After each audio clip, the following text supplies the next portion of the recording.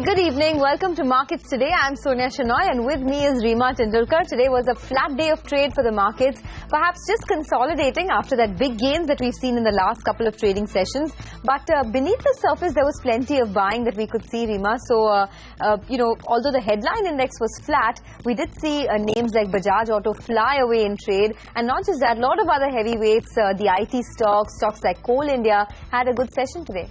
Yes, indeed. We saw big moves in individual stocks, as you pointed out, not just Bajaj Auto, but even a Tata Steel on the downside, where the earnings were a miss, and so many on the mid-cap space as well. The likes of TVS Motors were active on good volumes. We'll talk more about that, the market action, in the next 30 minutes. These are all the top stories.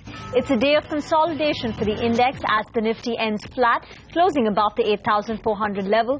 Mid-cap see mild cuts of about 0.2%. The market breadth ends in favor of the declines at 2:3.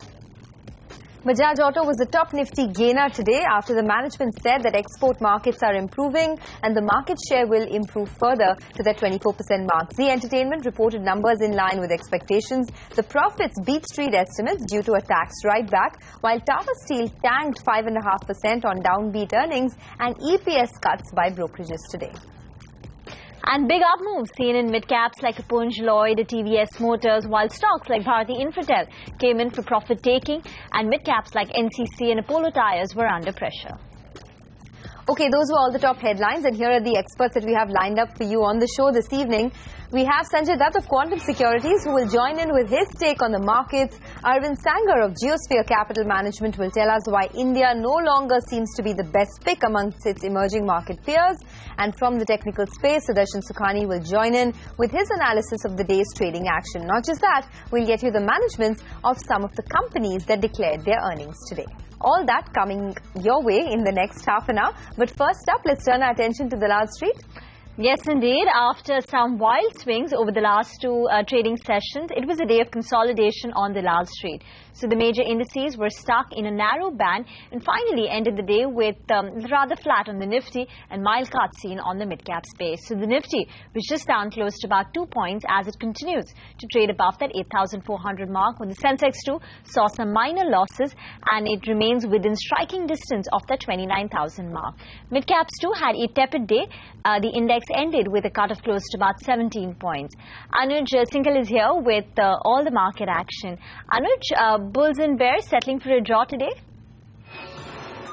Well, it was a flat day with a bit of negative bias, but really, I mean, the overarching theme of today's trade was that every dip was being bought and that a lot of individual stocks did well, even though the index will not reflect that, the mid-cap index will not reflect that, the market breadth will not reflect that. But the fact is that if you got your stocks right, you would have made a lot of money in today's trade. Let's talk about some of the stocks of the day. Really, there were three stocks of the day today, all for different reasons. Bajaj Auto, where it looked like from the management commentary that the worst is over, that stock was up 7%. Strides Arcolab, the management spoke exclusively to CNBC TV 18 after making a big $300 million acquisition, which they believe is going to be cash accretive immediately. And Tata Steel, that reacted to numbers, and that stock was down 5%. So these three were really your big stocks of the day. Apart from that, on the Nifty front, it was no particular sectoral trend. As you can see from the chart, you have Coal India, Tech Mahindra, Grasim, some other stocks like Axis Bank, Sun Pharma, Larsen & Toubro. So top 6-7 gainers were all from different sectors in today's trade. On the losing side as well, there was no sectoral trend. So you had stocks like Idea Cellular, ICICI Bank, ITC ahead of its numbers. That stock was down. So these were some prominent losers. On the mid-cap side, big gainers in some high beta names like Punj Lloyd, which was up 6.5%. MTech Auto was up 5%. And another lifetime high for UPL, that stock was up 4%. On the losing side, ABG Shipyard was the big loser, down 12%. Apart from that, you had HOAC, that was down 5%. And BS Limited also down about 5%. So that's the day. It was volatile with a bit of negative bias. But really, at this point in time, we'll have to believe that the uptrend that started has not got arrested yet. All right, so largely just consolidating after the bullish trend we've seen in the last couple of days. But on to our first market voice for the day. Sanjay Dutt, Director of Quantum Securities, says that the Nifty falling to 7,900 levels looks very likely. So he's quite circumspect on the markets. Take a look. The best case would be that 8,300, 8,500, where we are right now. But the likely situation to me, with about a 60-70% probability, is that we go down to the 7,900 levels. I don't think 7,600 looks likely unless the entire global situation changes because of some factors. I think the pop will be sold into, like I said, that's the only relief that you'll get to keep the market at 8,400 levels where we are right now. Otherwise, I think we're already sensing fatigue. We're already sensing lack of investor interest. There was a lot of investor interest that came in around the 8,000 levels when a good number of stocks were 10% lower than the current levels. So that's the reason I feel that, the 7,900 level, 7,800 level should hold because a lot of things start getting attractive there from a valuation perspective. Ultimately, it's going to be earnings that is going to drive the markets. Okay, shifting focus then to the earnings of the day. Bajaj Auto came out with its fourth quarter numbers. The stock was a big mover. Sonia, you look at the space very closely. The earnings didn't look so good. So was it the management commentary which propelled the stock higher? Well, you hit the nail on the head. It was clearly the management commentary that got the stock moving up. The earnings were weaker than expected. In fact, on most parameters, if you look at the revenues, they were actually down about 4% at 4,739 crores. The profits were down about 18% on the back of weak volumes. We did see the volumes fall. The EBITDA was down 10% as well. As you can see, the volumes were down about 16.5% on a year-on-year basis. However, the management said that the reported margins were hit by other expenses. So the other expenses went up 15% year-on-year. This was because of a change in the actual valuation of the gratuity of 60 crores and the cost incurred due to the fire at the Akudi plant. The management mentioned that stripped off this, the EBITDA margins actually came at 90%. A couple of positives in the numbers. One, the realizations have gone up both on a quarter-on-quarter and on a year-on-year basis for the company.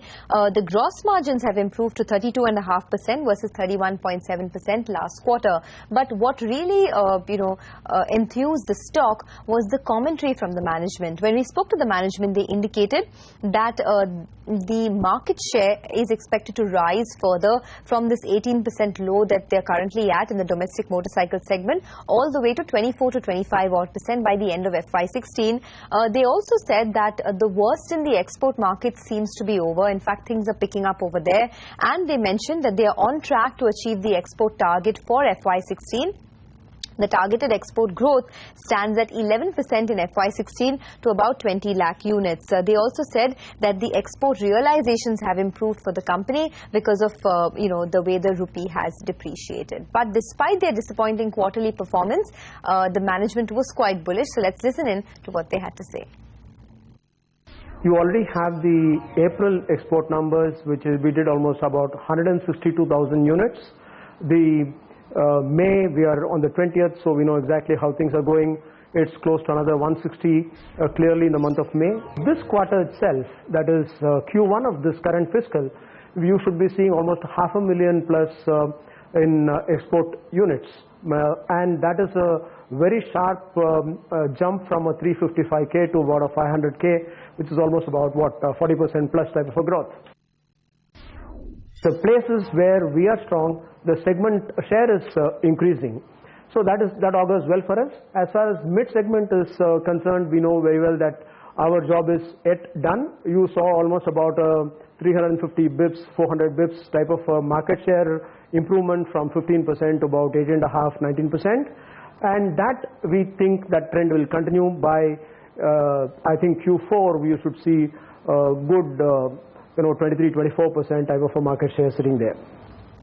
Okay, staying with the auto space, M&M too was in focus today after the company acquired a minority stake in Mitsubishi Agro Machinery. Sonia, how big is this development for M&M? How will it impact the company? Well, it's a strategic fit for the company. So in that sense, it's directionally a positive news flow. So M&M has acquired 33% stake in Mitsubishi Agri Machinery. Now, M&M will be investing about $25 million for this particular stake. And Mitsubishi Agri Machinery is in the manufacturing of tractors and other agri machinery products like combine harvesters and rice transplanters. So the company has a revenue of around $408 million as of FY15. Now, M&M says that the new partnership will help both the companies to jointly develop products, to address global opportunities, to improve cost competitiveness and to optimize the supply chain. In fact, I spoke to a couple of analysts and they believe that this is a strategic fit for the company. It will provide access to M&M to new markets, to new technology and to a better R&D as well, and will help them widen their product mix and their geographic reach. So let's listen in fact to what the management had to say on this latest acquisition. What MM brings to us is those same horsepower as we have in India today, but a different range of tractors which are more suitable for interculture application, for orchard application, for lightweight applications that we don't have in Mahindra range, and therefore they do actually complement the tractor range that we offer. Okay, moving away from the auto space then, back to the earnings corner. Zee Entertainment also came out with their numbers, largely in line with street expectations. Profits have beaten street expectations due to a tax write-back. Other than that, the advertising and the subscription revenues was what the street was anticipating, and it was the other sales and services which raised the total income above expected levels. Going forward, the company expects to maintain their margins around the 25.7% mark in the coming quarters. First 9 months of FY15, we were at a margin of about 27%. Q4 FY15 margins, EBITDA margins have dropped to about 20%. And therefore our full year FY15 margin is at 25.7%. But definitely we expect ANTV and Zindagi to gain even more momentum over the next 12 months. And coupled that with the margin improvements on the existing base business, we expect that the margin for next year will continue to be in a similar range as the full year of FY15. Okay, so that was Zee Entertainment, better than expected numbers, but there was a lot of M&A activity in the pharma space. Strides Arcolab was the latest one on the block. It will acquire Aspen's generic business in Australia. Now, the $300 million deal will include certain branded pharma assets, and the Strides Arcolab stock was buzzing in trade on the back of this news. Ekta is here to give us the contours of this deal. Ekta, how will this acquisition aid Strides Arcolab? Well, Strides Arcolab was in focus from the pharmaceutical space. This is after they announced that they're going to acquire Aspen's generic pharma business in Australia with certain branded pharma assets. Now, it will be a product base of 140 generic prescription drugs along with over-the-counter drugs as well. The company will also access the product pipeline which is currently under development. In fact, the acquisition makes Strides one of the top 3 generic pharma suppliers in Australia and will make them one of the top 10 pharma companies in the Australian pharma market. Now, in terms of valuations, the acquisition amount totally is around $300 million. The sales generated from this unit were around $95 million with EBITDA margins quite healthy at 31%. So it works out to be around 3 times sales. Now, the acquisition itself is expected to close by the end of Q2 of FY16 and will be financed as per the management via internal accruals and debt, which the management said they have around $100 million of cash on books, which is pre the acquisition. The acquisition, in fact, is expected to be EPS accretive, and the acquired company, as per the management, will add around 20% to the company's EPS, and the blended margins, which is basically Strides Corp current business as well as this business, should be around 25%. This is not including Shasun or the merged unit of Shasun as yet. Now, analysts are viewing the acquisition quite positively. In fact, it got quite a good reception from the stock markets as well. According to them, Strides is leveraging on the historic success seen in Australia. Remember that Strides sold their Australian business Ascent Pharma to Actavis in Jan 2012, and analysts expect the acquisition to be EPS accretive in the first year itself. Let's in fact listen in to the management themselves. The transaction is immediately EPS accretive from Strides' perspective.